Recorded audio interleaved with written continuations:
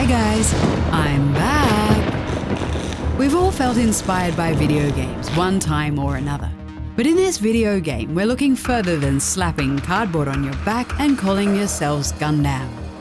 But there have also been more peculiar cases when real life imitates games.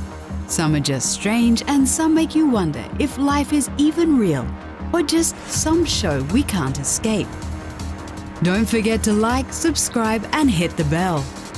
And now, lose your grip on reality with these 10 times real-life imitated games. Today's video is brought to you by NordVPN. Use the link in the description and save 70% off a 3-year plan. Switch to NordVPN to protect yourself today. Leisure Suit Larry has seeped into reality. You'd expect this would be something gross, some strip club with a clever name, like the Balloon Salon or something, or a filthy dive bar of some sort. But Larry doesn't only visit seedy places. In Leisure Suit Larry 5, he visits the Hard Disk Cafe. We assume the emphasis is on the hard disk. But it turns out there really is a Hard Disk Cafe in Calgary, Canada. It's a kind of internet cafe where you can rent laptops and get software training. But since this place was clearly named by a Leisure Suit Larry fan, we still wouldn't touch the walls in this place. Since Need for Speed 3 Hot Pursuit came out in 1998, the racing game series offers the possibility to use supercars as police cars. Imagine that nightmare for speed demons, being hotly pursued by a Lamborghini with a screaming engine and a screaming siren. Well, in 2004, the Italian highway police actually got gifted 2 Lamborghini Galados to use as interceptors, complete with radio, emergency equipment, and flashing lights. It's not that out of place if you think about it. A 500 horsepower police car in the land of supercars. To make the Need for Speed Just Got Real story even better, by 2009, both of the police Lambos were destroyed by the police officers. Busted indeed.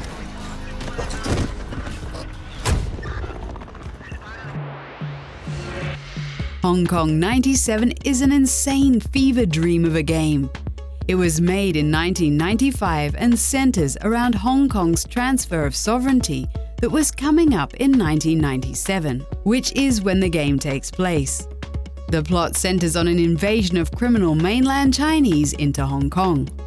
Or as the game puts it, a herd of fucking ugly reds. A relative of Bruce Lee named Chin, who is actually Jackie Chan, is hired to wipe out all 1.2 billion of them. This all didn't really happen, of course. We would have heard about it on the news. However, in the game that takes place in 1997, Deng Xiaoping has died. Exactly the same year as the real-world version, Deng Xiaoping passed away. However, in the game, the dead Deng Xiaoping comes back as a murderous severed head. We're still waiting for that. In Command & Conquer Generals, the Chinese faction fields stealth fighters called MiGs. They look super advanced and are the pride of the fictional Chinese People's Republic. Of course, MiG is a Russian aeroplane manufacturer, and the design seems to be based on the prototype MiG-144. The game came out in 2003, and the Chinese Air Force seems to have been inspired, because in 2011 they introduced the Chengdu J-20, the mighty dragon. And it looks exactly like the fictional MiG in the game. So of which plane is this a cheap Chinese knockoff?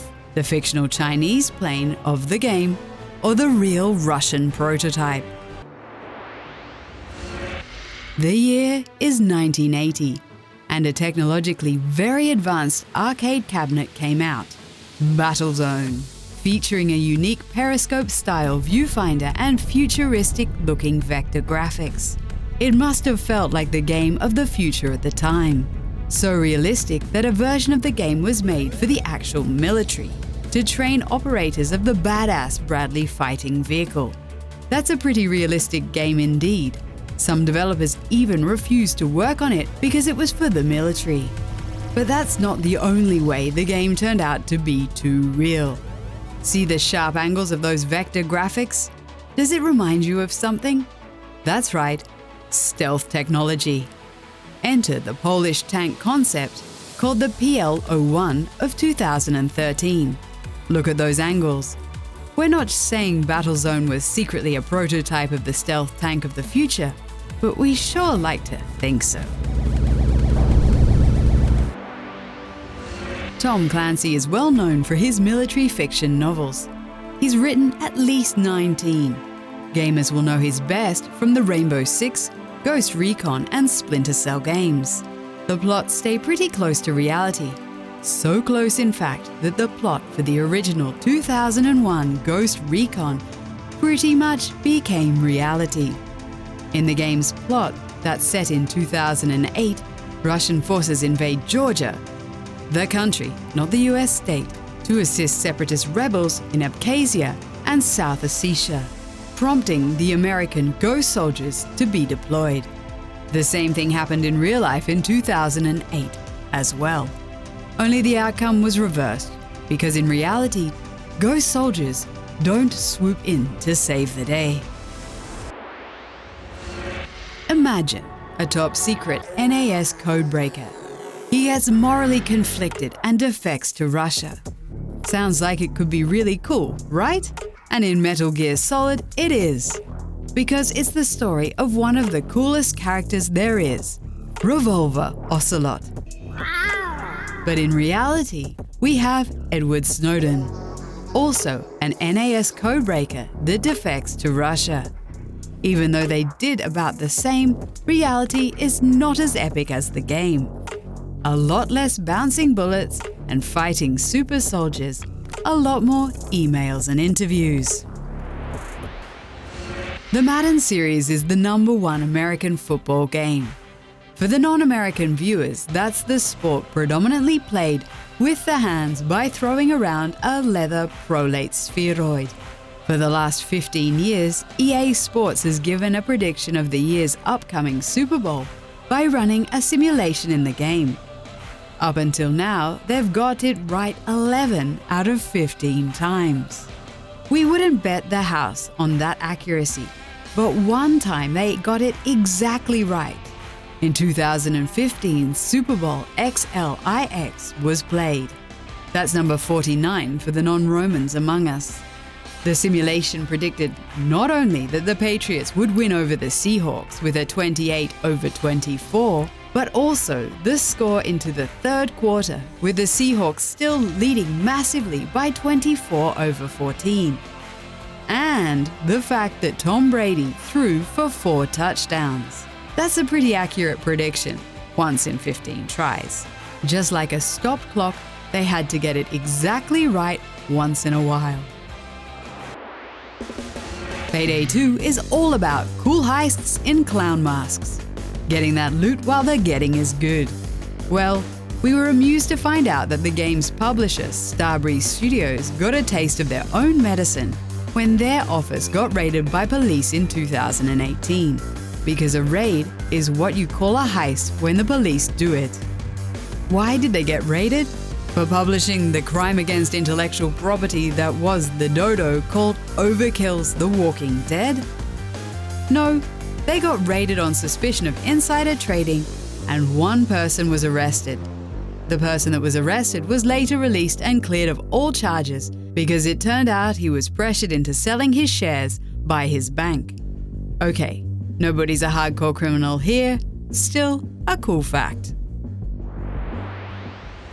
Now for a more cheerful game object that became reality. It's from the game Super Mario Sunshine for the GameCube. No, it's not the fact that the piñatas from the game are actually related to a real-life freak, Bruce Vilanch. But that awesome water jetpack Mario uses? That's actually real now. The game came out in 2002, and in it, Mario uses the Flash Liquidizer Ultra Dousing Device, or FLUDD, to hover short distances and spray objects directly below him. By 2009, the JetLev water pack was introduced in real life. It's based on what is pretty much jet ski technology. Though it's still connected to an engine base, unlike the one Mario uses, it's remarkable that pilots of the real version are capable of way more spectacular moves than Mario. Step up your game, plumber boy. Do you even know what's real anymore after this list? Let us know what you think could have been on this list in the comments. Is there a real-life Kirby waddling around somewhere? We would like to know. As always, thanks for watching and don't forget to like, subscribe and hit that bell. See you next upload.